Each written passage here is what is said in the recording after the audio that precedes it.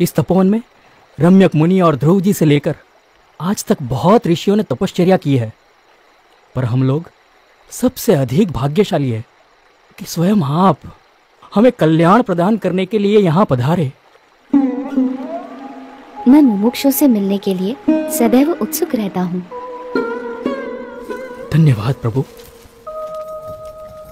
यहाँ ऋषिकेश में भगवान श्री राम के भाई लक्ष्मण जी ने तपश्चर्या की थी, इसलिए यह मंदिर लक्ष्मण मंदिर के नाम से प्रचलित है। यहाँ उपवित परिवर्तन करने की विशेष महिमा है। मनुष्यों और परमात्मा के बीच का एक मार्ग प्रस्थापित करने के लिए कटिबद्ध और भवसागर में डूब रहे जीवों को उबारने के लिए संकल्पबद्ध नीलकंठ वर्णी ने गढ़वाल प्रदेश में अपनी कल्याण यात्रा को आगे बढ़ाया।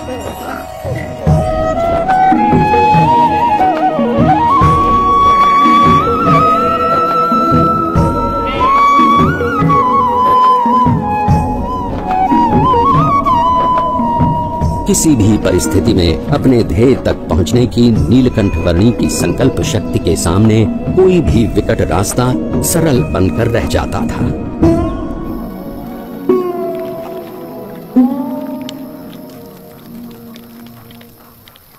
अरे उस बच्चे को देखो, इतनी ठंड में इतने कम कपड़े, ये जिंदा कैसे रहता होगा? प्रकृति की हर कठिनाई को हंसते मुंह सहकर भी प्रकृति के तत्वों का आनंद लेते रहना नीलकंठ वर्णी के लिए सहज था। उनकी ये विलक्षणता कभी कभी प्रकृति के तत्वों में भी ऊर्जा का संचार कर देती थी।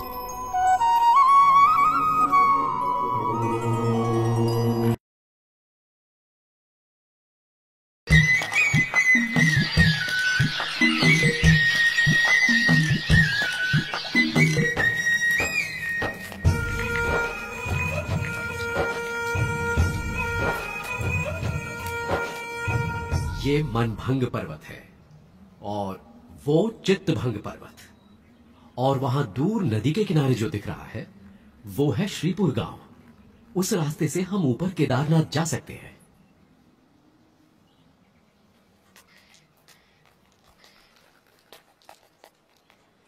ये क्या बना रहे हो? ये जीव है और ये ईश्वर है, और ये उनके ऊपर माया का घोर अंधकार। ये क्या? और माया से भी पर ये है ब्रह्म, और सबसे पर परब्रह्म। ये क्या देख रहा है? बेटा, तुमने संन्यास ले लिया है। अच्छा किया है, पर इतनी छोटी उम्र में तुम्हें क्या पता कि कितना संघर्ष, कितनी विकटताएं होती हैं एक सच्चे सन्यासी के जीवन में। यदि पुरुष प्रयत्न में कोई कमी न रहे तो परमात्मा कृपा करके सारी विकटताओं को पार करवा देता है। अगर मन के पक्के हो तो शायद तुम निर्भयता से घने वनों को पार कर लोगे, भयानक जानवरों का भी सामना कर लोगे, और ऐसी कई विकटताओं को पार कर लोगे जो सामान्य मानव नहीं कर पाता। पर सन्यासी का जीवन अपने आप में एक संघर्ष है। साधु का जीवन कोई गुलाब के फूलों की सेज नहीं कि जिस पर आराम से सो जाओ, पर वो दो धार वाली तलवार है जिस पर मृत्यु पर्यंत चलना है। जहाँ ध्येय शुद्ध हो वहाँ उसे पूर्ण करने के सारे मार्ग परमात्मा तय कर देते हैं।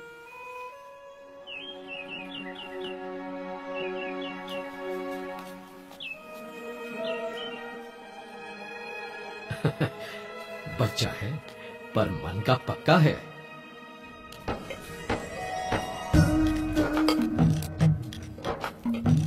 दुर्गम पहाड़ियों के बीच से भी रास्ता निकाल लेना, भयानक परिस्थितियों से भी बड़ी सहजता से निकल जाना, और भोजन के लिए जो कुछ भी मिले उससे अपने शरीर को अनुकूल कर लेना नीलकंठ वर्णी भली भांति जानते थे।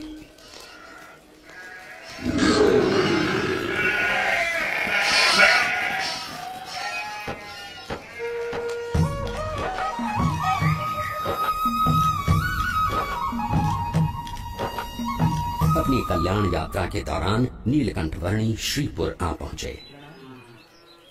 प्रणाम महंत। आशीर्वाद। स्वस्थ तो हो ना? हाँ। प्रणाम। शुभम भवतु। कल्याण। ईश्वर मंगल करे। बाल योगी है, सुबह से यहीं ठहरे हैं।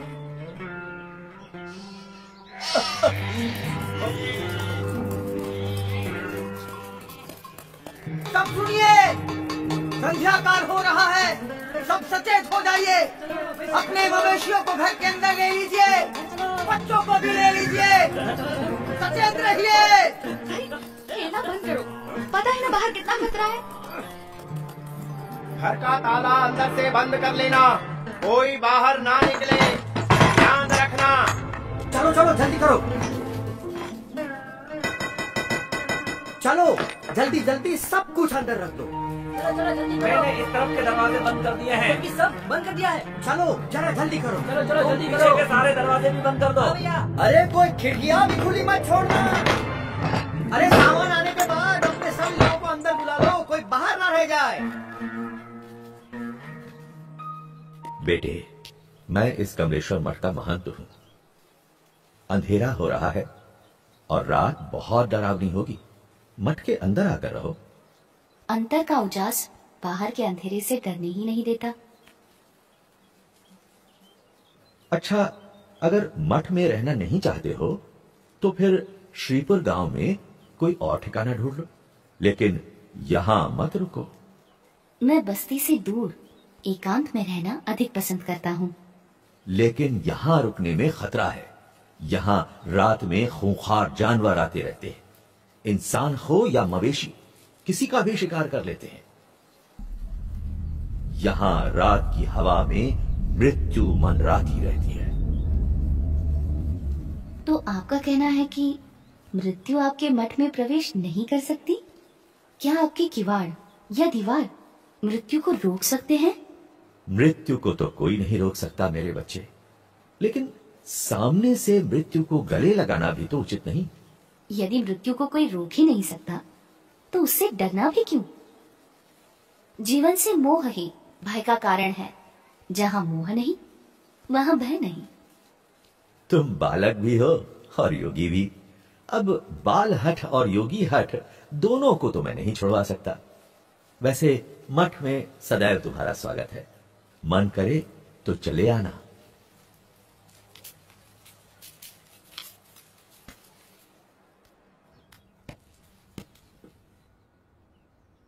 मुझे भय है, अगर कोई जंगली जानवर आ गया तो इसकी मौत निश्चित है।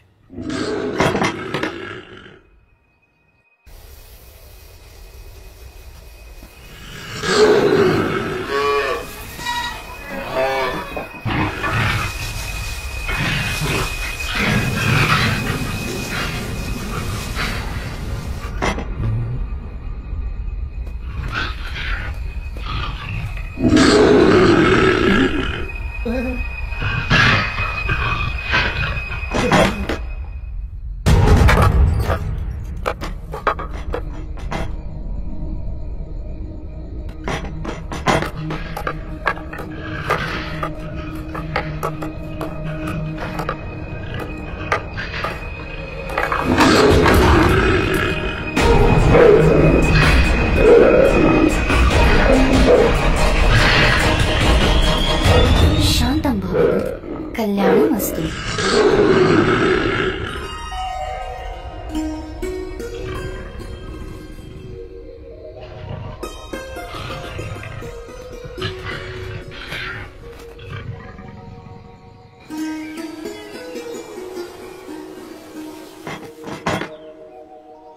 ये क्या?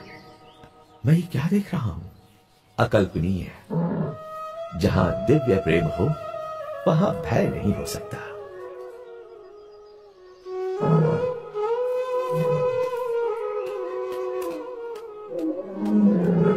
स्वामी, स्वामी रुक जाइए, रुक जाइए स्वामी। स्वामी, स्वामी अब आप कहीं न जाइए। ये मेरा मठ, मेरी महंती, मैं स्वयं, सब कुछ आपका है स्वामी। कृपया स्वीकार कीजिए, स्वीकार कीजिए। मेरा मठ तो सारा विश्व है। उस मठ को छोड़कर मैं इस मठ को कैसे स्वीकार कर सकता हूँ? और इन सब में ही बंधे रहना होता तो घर का त्याग ही क्यों करता? प्रभु, हमारा प्रेम स्वीकार कर यहीं रुक जाइए और हमें आपकी सेवा का मौका दीजिए। जब तुम दूसरों की सेवा करते हो तो मेरी ही सेवा करते हो। जब तुम दूसरों को प्रेम करते हो तो मुझे ही प्रेम करते हो। हरेक जीव में बसे परमात्मा के स्वरूप का आदर करना और उस आदर से हरेक को समान भाव से अपनाकर कल्याण के मार्ग पर प्रेरित करना, वो नीलकंठ वर्णी की अनूठी शैली थी। नीलकंठ वर्णी किसी भी प्रकार के भय से मुक्त थे और दिव्य प्रेम से युक्त थे, और इसीलिए कोई भी मुमुक्षु जीव बड़ी सहजता से नीलकंठ वर्णी से जुड़ जाता था।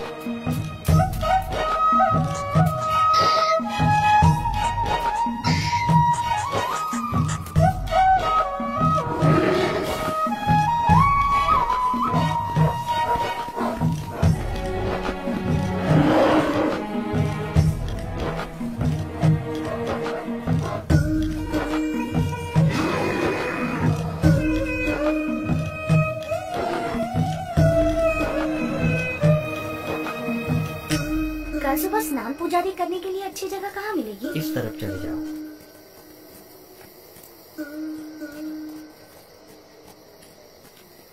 गंगे च यमुने चैव गोदावरी सरस्वती स्नानं करोमि ते जलैः अन्नं चतुर्विधं स्वादु भोज्यं समर्पयामि।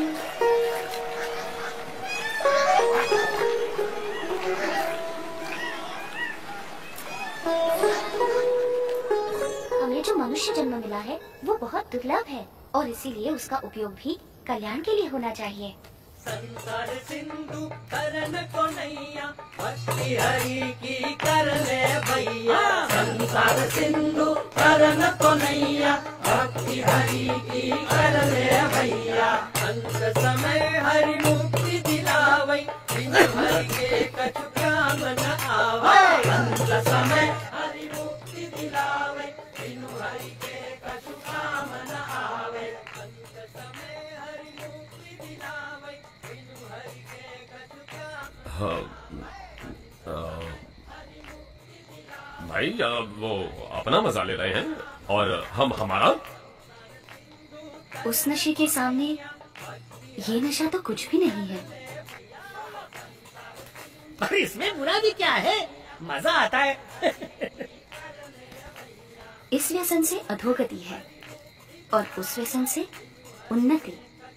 पसंद भी आपकी है और निर्णय भी।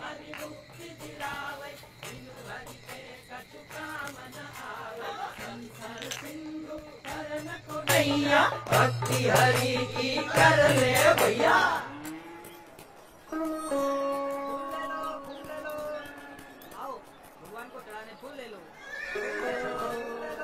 आप यहाँ पहली बार आए हैं? हाँ। तो मेरे साथ चलिए, मैं आपको गुप्त काशी के मंदिरों के दर्शन करवाता हूँ। चलो। ये गुप्त काशी का मणिकर्णिक कुंड है। यहाँ एक गौमुख से गंगा जी का पानी आता है और दूसरे गौमुख से यमुना जी का। अच्छा, गंगा यमुना का संगम है यहाँ।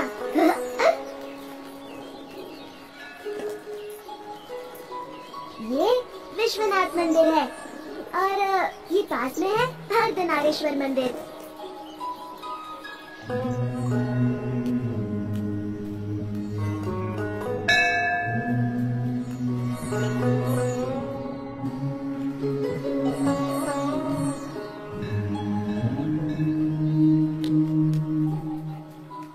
अब आप कहाँ जाओगे? गुप्त प्रयाग और त्रियुगी नारायण से होते हुए गौरी कुंड और वहाँ से केदारनाथ। इतना दूर?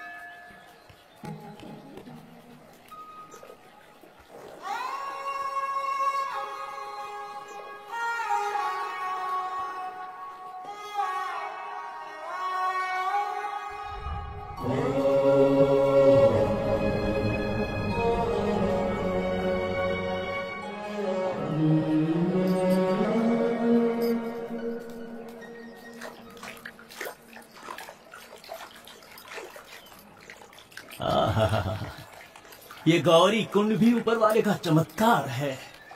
चारों तरफ केदारनाथ की ठंड और उसके बीच में इस गौरी कुंड का गरम गर्मीला पानी। बस जी भर के नहाओ, ठंड की कोई फिक्र नहीं। सही कहते हो तुम।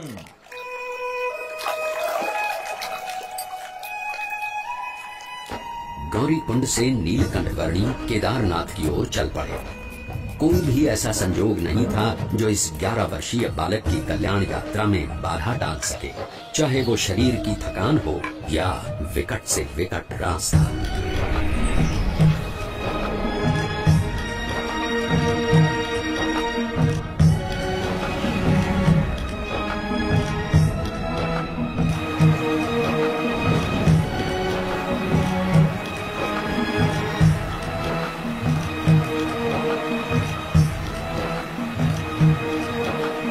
भवाटवी में साधु की संगत हरिपद प्राप्त करावे।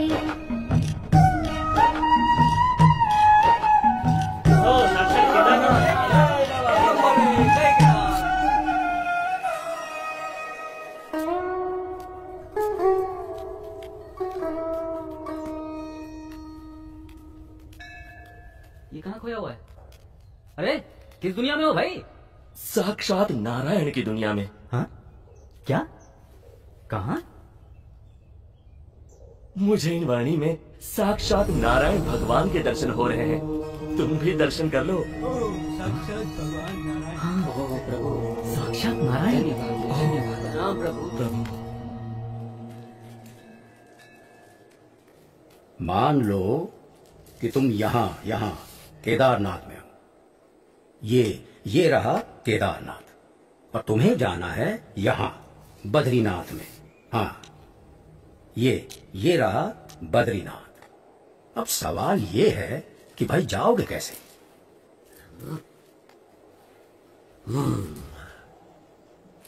तो तुमको जाना पड़ेगा पहले ज्योतिर्मठ, ये यहाँ पर, और फिर यहाँ से ऊपर ये हाँ, यहाँ तुम पहुंचोगे बद्रीनाथ। ये तो बड़ा लंबा रास्ता है, ज्यादा समय लग जाएगा। यही एक भला चंगा रास्ता है जो तुम्हें सही सलामत पहुंचा सके। और कहीं इधर उधर भटकने गए तो हमेशा के लिए भटक जाओगे। किसी जंगली जानवर का शिकार हो जाओगे या भटकते भटकते ही मौत के मुंह में जा गिरोगे। हाँ, फिर तो हम इसी रास्ते से जाएंगे। हाँ भाई, क्या कहना है तुम्हारा? हाँ भाई, जान बचेगी तो ही तो बद्रीनाथ पहुंचेंगे। हाँ?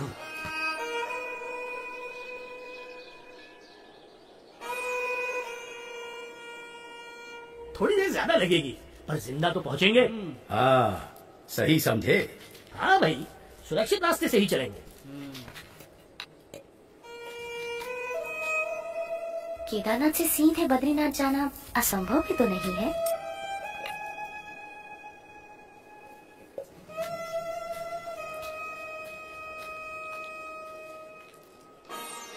केदारनाथ से सीधे बद्रीनाथ, एक ऐसा मार्ग जिससे गुजरने के बारे में कोई सामान्य मानवी तो सोच भी नहीं सकता था, जहां मानो मनुष्य जीवन का अस्तित्व ही नहीं था। ऐसा कुछ भी नहीं था जो मनुष्यों को जीवित रहने देने का कारण बने। अगर कुछ था तो बस कदम कदम पर खतरा।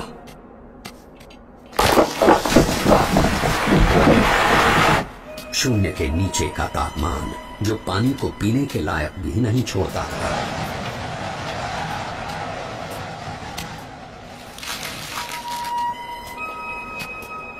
मीलों तक फैली हुई बर्फ जैसे विपत्तियों का महासागर और हर क्षण मृत्यु का आह्वान।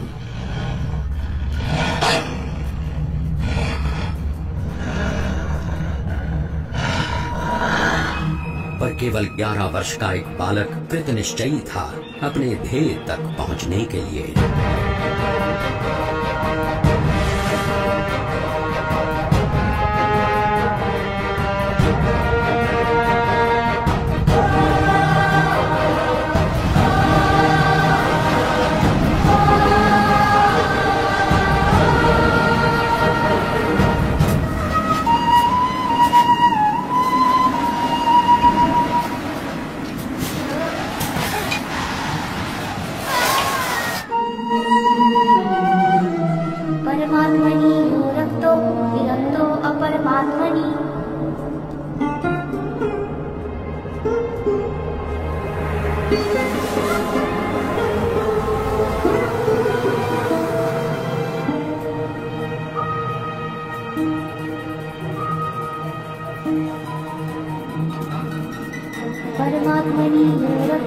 विरक्तो अपरमात्मनि।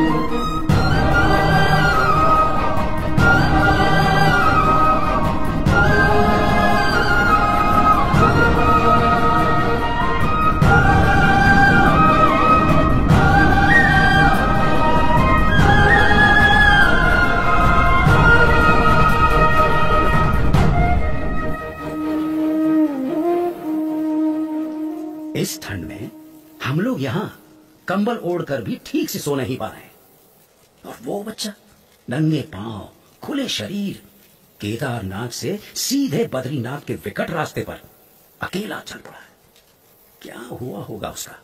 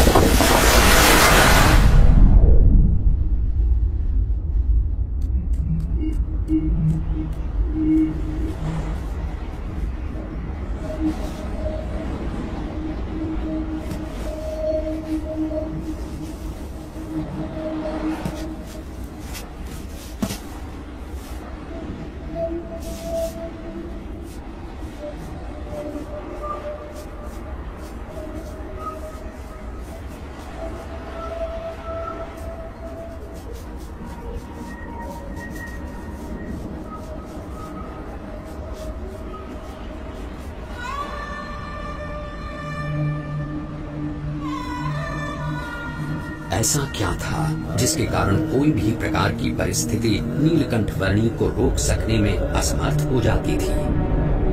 कभी हिमप्रपात तो कभी भयानक बारिश। अनजान और निर्जन रास्तों में जंगली जानवरों से आकस्मिक भेंट। अनजान रास्तों को समझकर पहाड़ियों और खाइयों के बीच में से भी रास्ता कर लेने की चुनौती,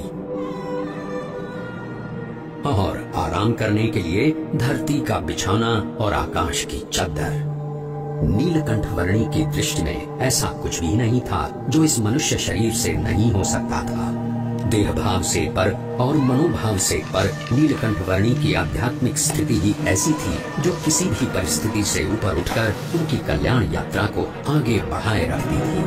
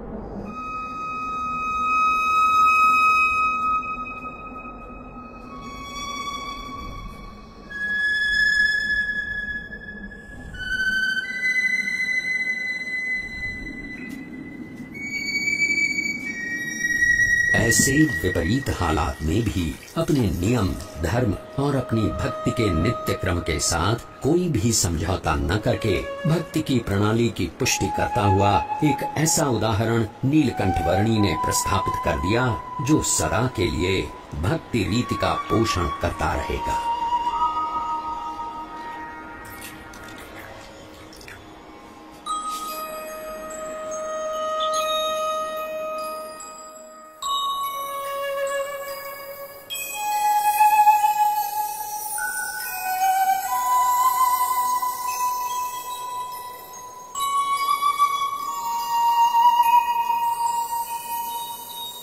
आज के समय में भी कई लोग साथ मिलकर बहुत सारी सुविधाओं के साथ जिसे पार करने के लिए हिचकिचाते हैं, वैसा केदारनाथ से सीधे बद्रीनाथ जाने का लगभग 75 किलोमीटर का मार्ग नीलकंठ वर्णी ने नंगे पांव, खुले शरीर, अकेले केवल 9 दिनों में पार कर लिया।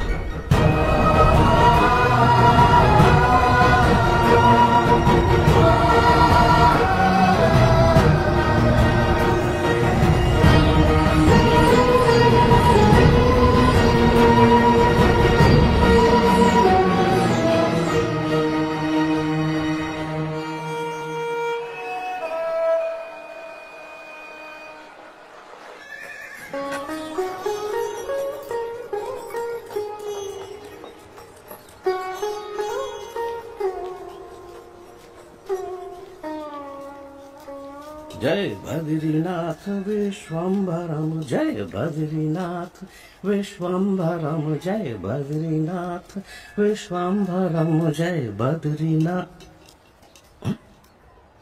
अरे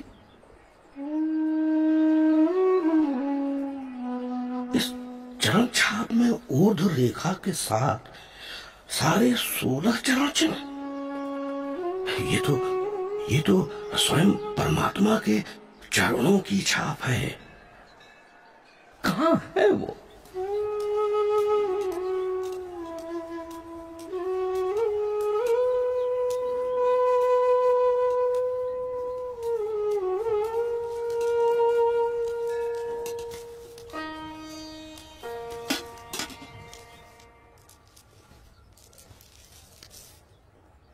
प्रणाम।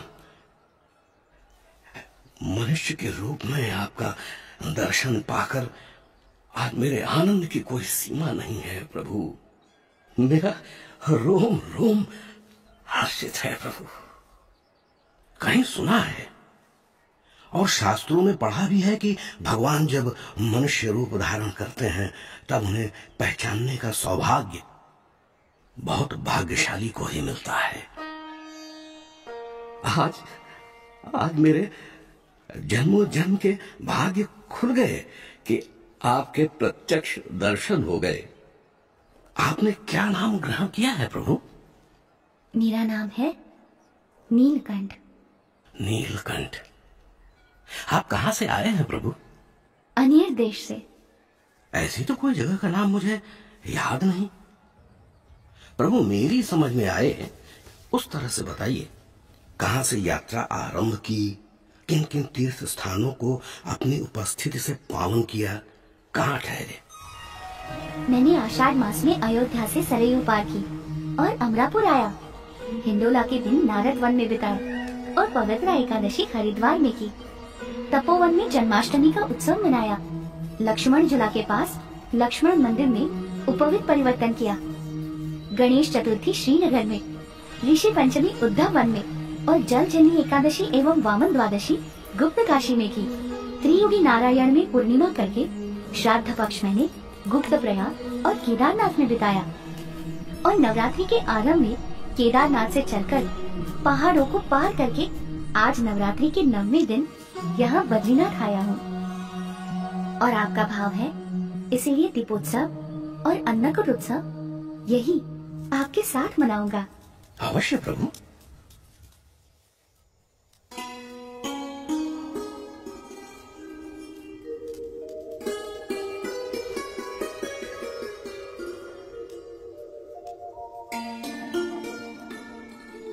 पवन मंद सुगंध शीतल हेम मंदिर शोभितम् निकट गंगा बहति निर्मल बोलो बद्री निषाद की जय। शीत ऋतु में ठंड से बचकर रहने के लिए बद्रीनाथ के लोग भगवान की मूर्ति समेत ज्योतिर्मठ आकर बसते थे।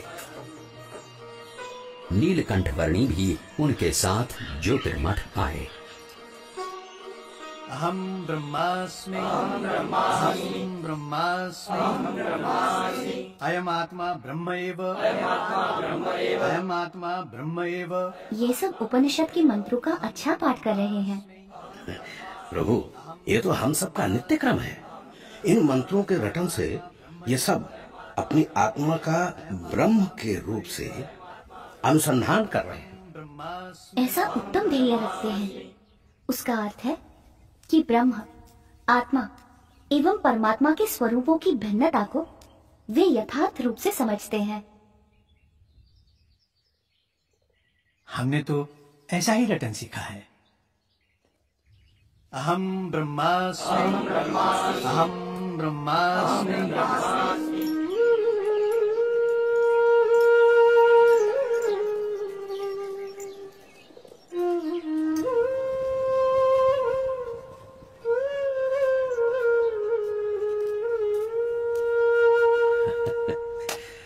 क्या देख रहे हो बाल योगी? मुझे मानसरोवर जाना है। क्या आप रास्ता दिखा सकते हैं? अभी से रास्ता पूछ के आप क्या करोगे? अरे जब ठंड की ऋतु समाप्त हो जाएगी तब बहुत सारे लोग वहां जाएंगे, उनके साथ चले जाना। हाँ? मुझे तो अभी जाना है। इस ठंड में? हाँ। मानसरोवर? अरे प्रभु, ऊपर की ठंड तो आग की तरह जलाती है।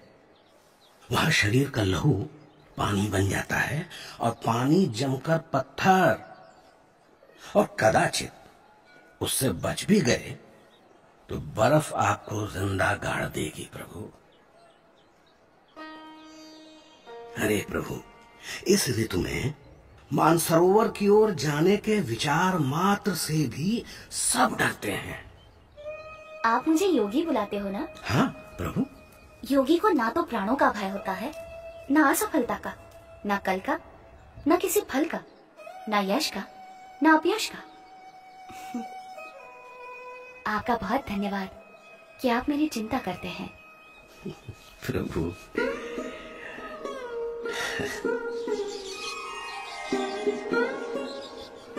ऊपर की ठंड से बचने के लिए कंबल पर्याप्त तो नहीं है, फिर भी स्वीकार कीजिए।